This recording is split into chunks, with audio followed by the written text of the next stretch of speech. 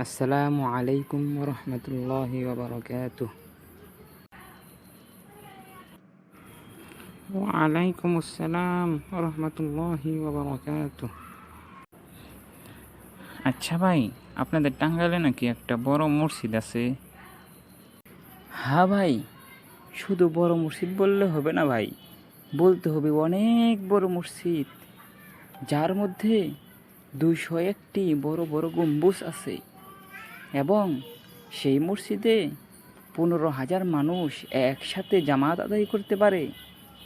মসজিদের পাশে একটি 57 তলা পরিমাণ সমান একটি মিনার তৈরি হচ্ছে, যা বিশ্বের কোথাও নাই।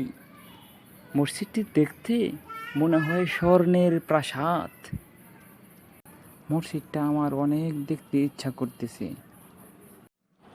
আসেন আমাদের টাঙ্গাইল, দেখে যান মসজিদ, খেয়ে যান চমচম।